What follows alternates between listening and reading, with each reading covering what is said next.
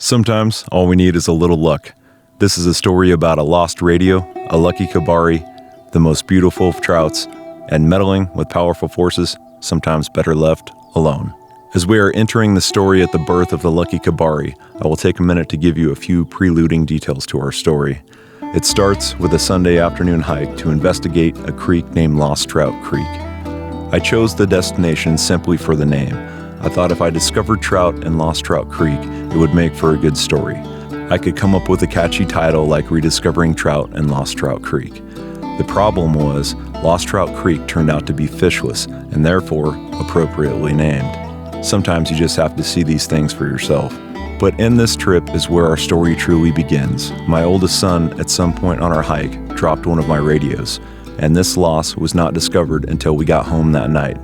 I spent all of that night into Monday afternoon contemplating whether or not to hike back in to search for the lost radio on Lost Trout Creek. For one, the gas for a return trip would almost equal the cost of replacing the radio.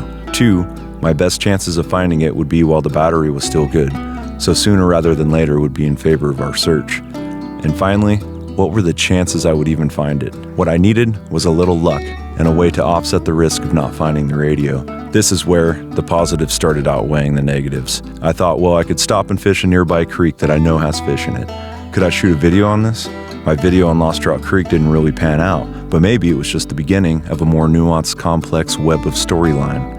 And that's when inspiration struck.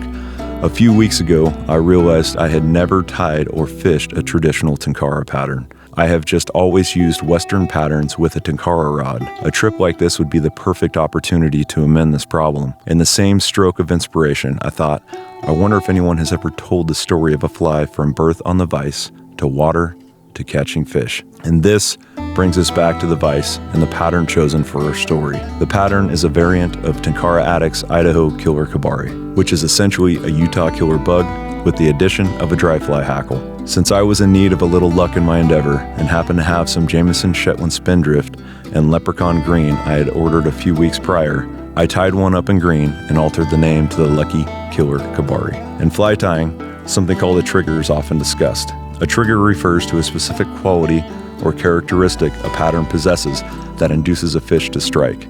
I think the term is a reductionist way of rationalizing an anomaly beyond modern man's current computing power, and what fly tiers are really searching for is a simple way to set the odds in their favor.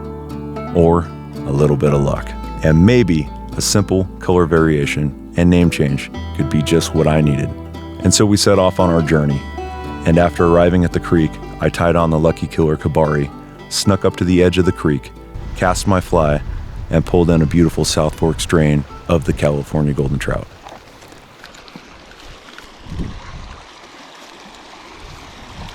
There she is.